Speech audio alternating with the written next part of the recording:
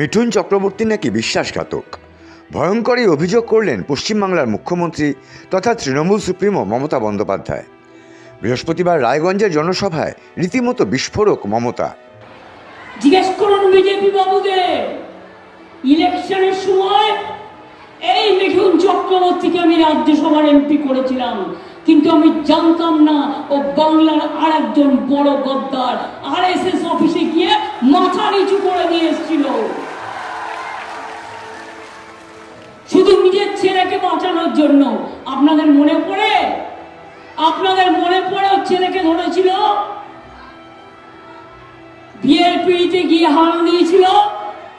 সেই ভয়ে রাতারাতি গদ্দার চলে গেল মুম্বাইতে আরএসএস এর অফিসে, আর গিয়ে বলছে আমি বিজেপির সেবক আছি।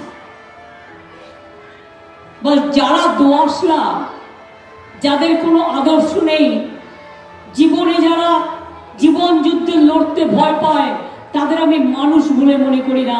যারা জীবন যুদ্ধে লড়তে পারে, আমি তাদের মানুষ বলে মনে করি। মিঠুনের বিরুদ্ধে এই ভয়ঙ্কর অভিযোগ করেই কিন্তু থেমে থাকেননি মমতা। বিজেপির অন্যান্য তারকা প্রার্থীদের প্রতিও ছিল তার কটাক্ষ। বললেন, ফিল্ম স্টার থেকে শুরু করে চোর, ডাকাত, মাফিয়া সবাইকে নিয়ে আসছে বিজেপি।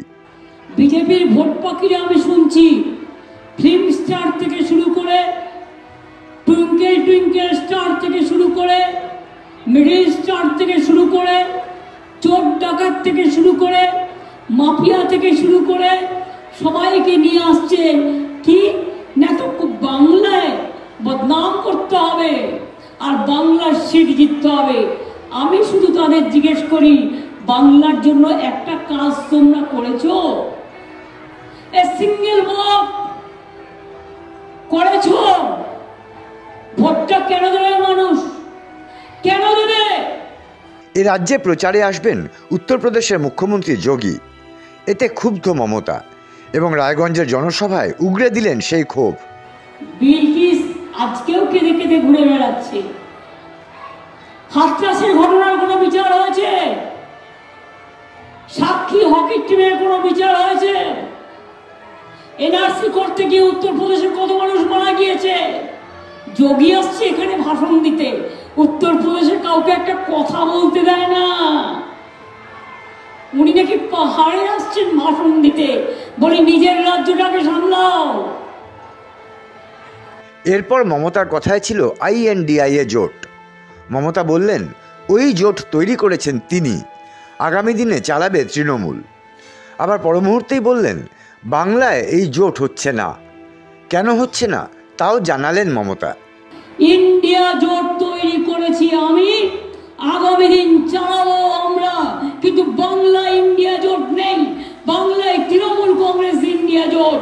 তৃণমূল কংগ্রেস বিজেপির সাথে একা লড়ছে, এখানে সিপিএম বিজেপির হয়ে কাজ করছে এবং কংগ্রেসও এখানে বিজেপির হয়ে কাজ করছে, এটা মাথায় রাখবেন।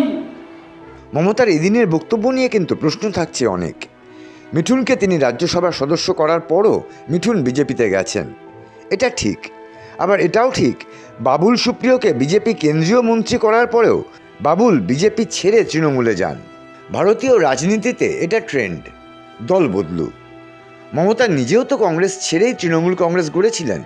তাহলে মিঠুনকে নিয়ে মমতার বক্তব্য কি আদৌ ধোপে টেকে? তারপর তারকা প্রার্থীদের কথা যদি ধরি, ফিল্মি তারকাদের রাজনীতিতে নামানো এই ট্রেন্ড ব্যাপক আকার নিয়েছে তো তৃণমূলেরই আমলে। বিজেপি বা অন্য কাউকে দোষ দিয়ে লাভ কি?